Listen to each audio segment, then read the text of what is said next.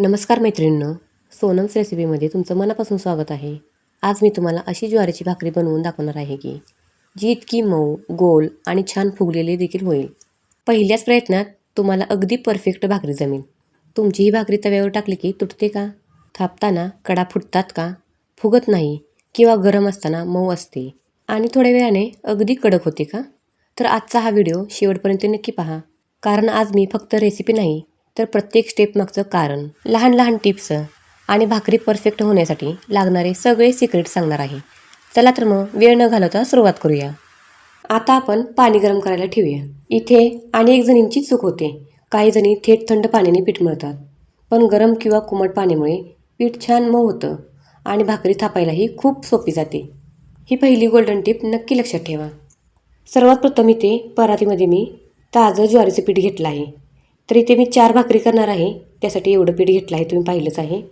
मैत्रिणींनो, इथे पहिली महत्त्वाची गोष्ट लक्षात ठेवा. ज्वारीचं पीठ जितकं ताजं असेल ना, तितकी भाकरी जास्त मऊ होते. खूप दिवसाचं जुनं पीठ असेल ना, तर भाकरी करताना जी कडेची बाजू आहे ना, त्या बाजूला अशा चिरा पडतात. म्हणून शक्य असेल तेव्हा ताजं दळलेलं पीठच वापरा.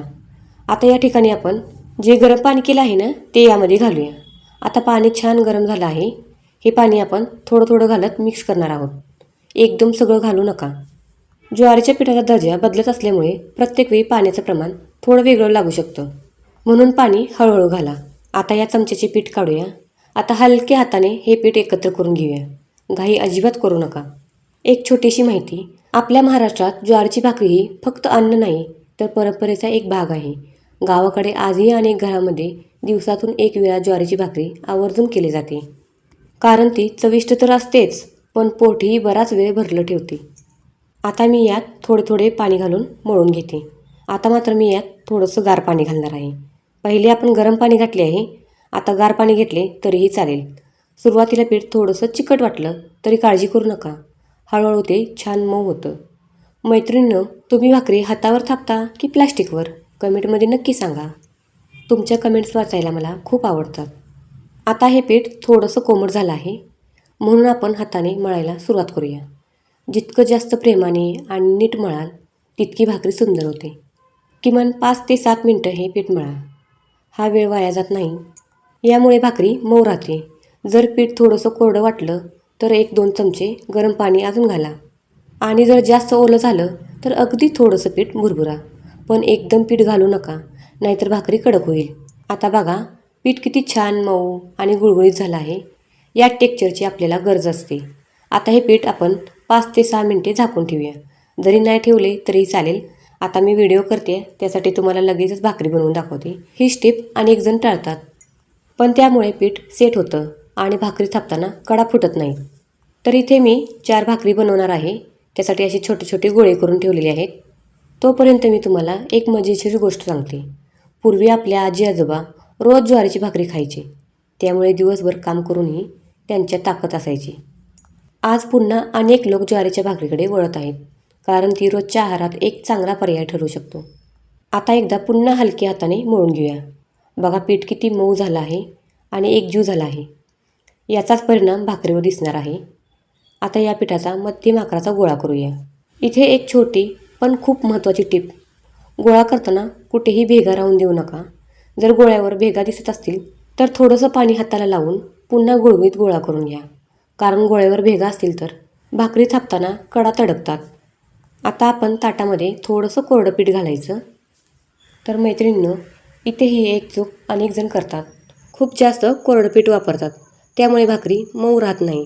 त्यामुळे गरजेपुरतंच पीठ वापरा. आता हा गोळा ठेवून हलक्या हाताने थापायला सुरुवात करूया. एकदम जोर लावायचं नाही. बोटाच्या टोकाने आणि तळहाताच्या हलक्या दाबाने भाकरी बाहेरच्या बाजूला वाढवत न्यायची. आणखी एक टीप, भाकरी नेहमी मधून बाहेरच्या बाजूला थापा. त्यामुळे गोल होते आणि जाडही सर्वत्र एकसारखी राहते. तुमच्या घरी भाकरी हातावर थापतात की प्लास्टिकवर? मला कमेंटमध्ये नक्की सांगा. प्रत्येक घराची पद्धत थोडी वेगळी असते. आता बघा, भाकरी किती सुंदर आकार देत आहे. जर एखाद्या ठिकाणी छोटीशी भेग दिसली तर घाबरायचं नाही. हलक्या हाताने ती बंद करून पुन्हा थापायची. मैत्रिणींनो, ज्वारीची भाकरी करताना संयम खूप महत्त्वाचा असतो. सुरुवातीला थोडा वेळ लागतो, तरी काही हरकत नाही. 2-3 वेळा सराव केला की हात अगदी बसतो. आता आपली भाकरी थापून तयार झाली आहे. तर इथे तुम्ही पाहू शकता, खूप जाडही नाही आणि एकदम अशी पातळ पण नाही.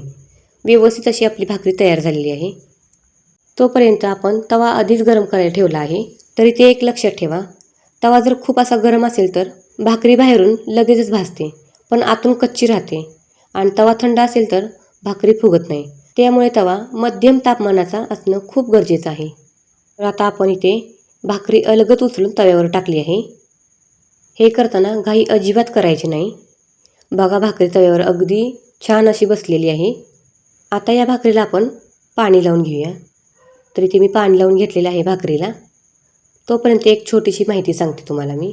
आजकाल अनेक जण मैद्याच्या पदार्थापेक्षा ज्वारीसारख्या पारंपरिक धान्याचा वापर वाढवत आहेत. आपल्या रोजच्या आहारात वेगवेगळे धान्य असणं हा चांगला पर्याय ठरू शकतो. आता बघा, भाकरीच्या वरच्या बाजूचा रंग हलका बदलायला लागलेला आहे.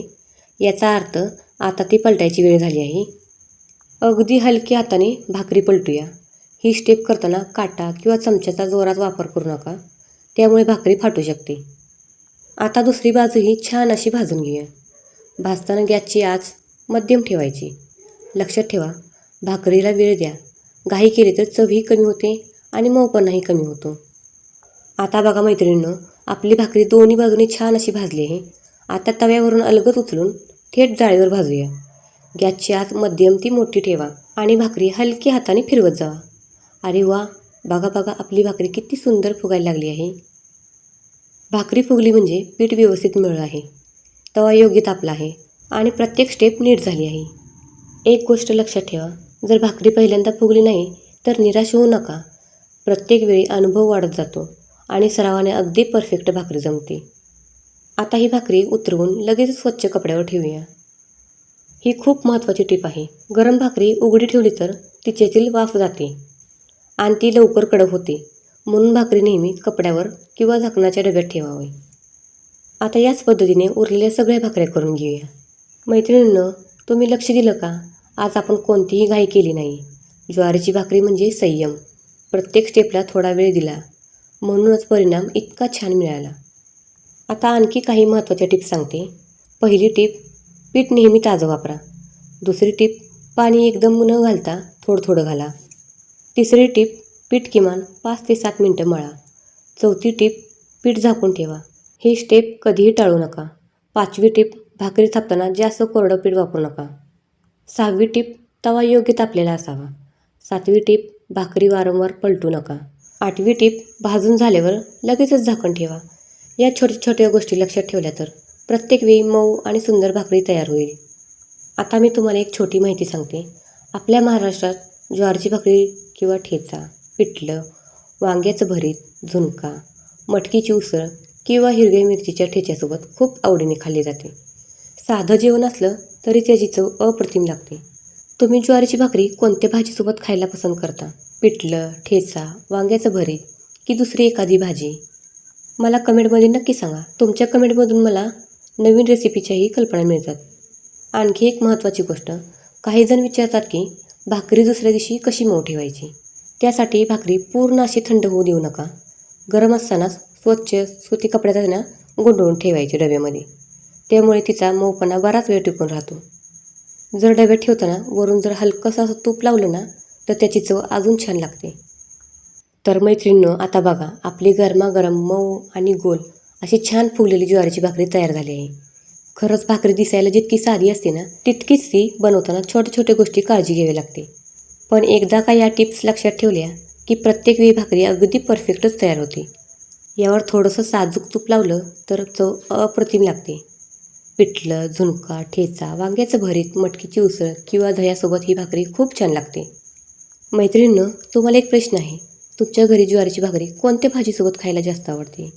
पिठलं, झुणका, ठेचा की वांग्याचं भरीत? तुमचं उत्तर मला कमेंटमध्ये नक्की सांगा. आता शेवटची एक गोष्ट खूप महत्त्वाची आहे. अनेक जण म्हणतात, आमची भाकरी कधी छान होते तर कधी बिघडते.